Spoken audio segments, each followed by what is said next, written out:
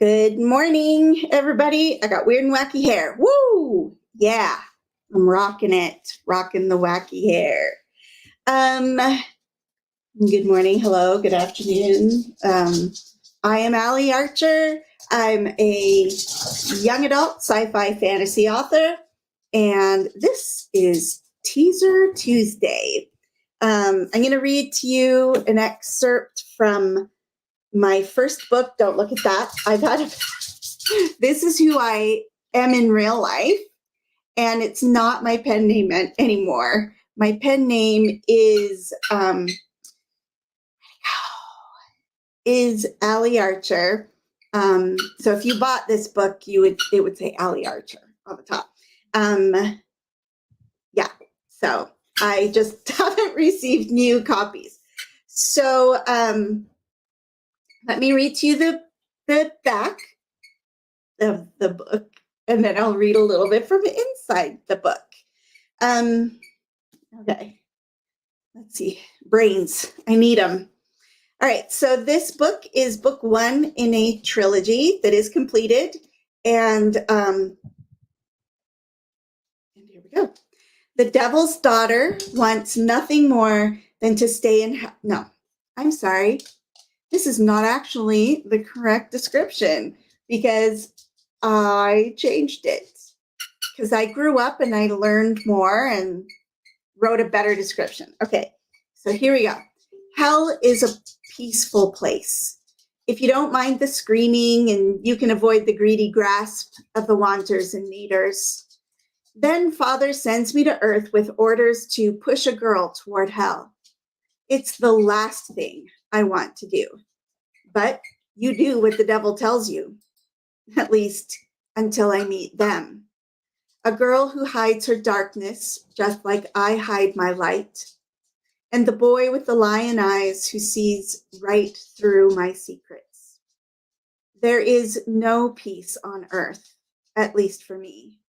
To save one, I have to sacrifice the other.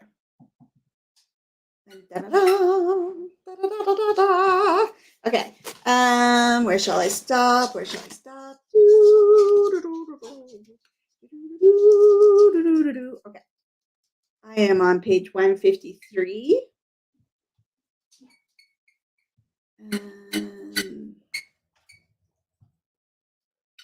Okay.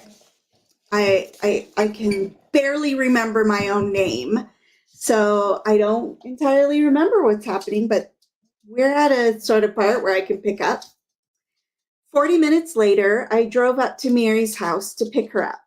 Her car was still parked in the lot at school. I'd gotten home, changed, without seeing anyone, a miracle, and come all the way back to get Mary in record time. When she dashed out of the house and hopped in the car, I gaped. Aren't you supposed to be dressed for school? She was wearing jeans and a St. Mary's sweatshirt. Oh my gosh, I'm so sorry.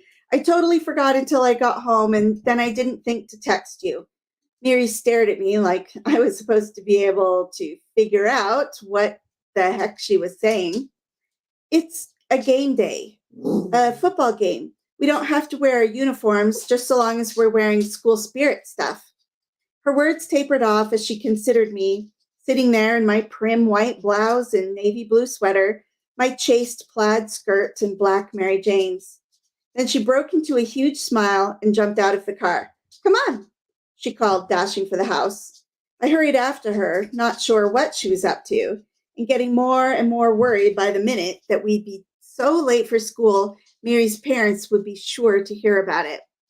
When the front door closed behind me, Mary called, I'm upstairs. I followed the sound of her voice and the sound of dresser drawers slamming shut, up to her bedroom on the second floor. Even though I knew what her room was like, sorry for my dogs, even though I knew what her room was like, the reality of it still hit me like a slug to the gut. Once I stepped inside, I felt the shadows reaching out to me, stroking me. Familiarity pelted me like with shivering ice. There was a part of me, a big part, apparently, that wanted this, that wanted to be worshipped and adored like I was in hell. like I belonged to them. Mary must have mistook my silent trembling as something else, because she stopped what she was doing and looked around her room, as if seeing it for the first time. Oh, she said, I should have warned you. I actually kind of forgot.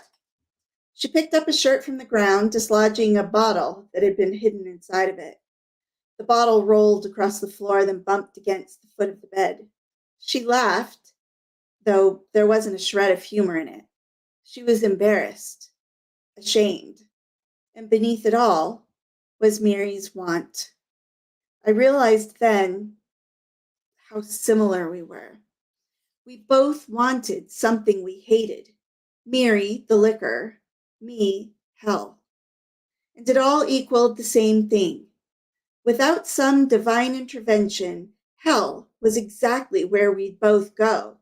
Only there, Mary would live in eternity dying of thirst, but forever unable to quench it. And I'd be forced to inherit a kingdom I despised. And there you are.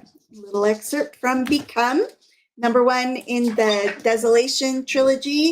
The link to buy is in the description.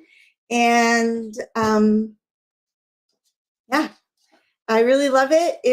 If you guys have any questions about that book or any of my other books, please leave me a comment or send me a message. I'm happy to ask, and I'm thinking about adding an alley chat to my lineup of videos, and we could answer questions then. Or I'll be back for another Teaser Tuesday next week. Or you can always jump in on my live stream, which I try to do every day for at least an hour. And it's super boring. So, because it's just me working and maybe saying the odd something. So, you could join in and chat with me if you'd like. Anyways, have a great day, you guys. And I hope you have a happy one. All right, see ya. I can remember how to get out. Hi, guys.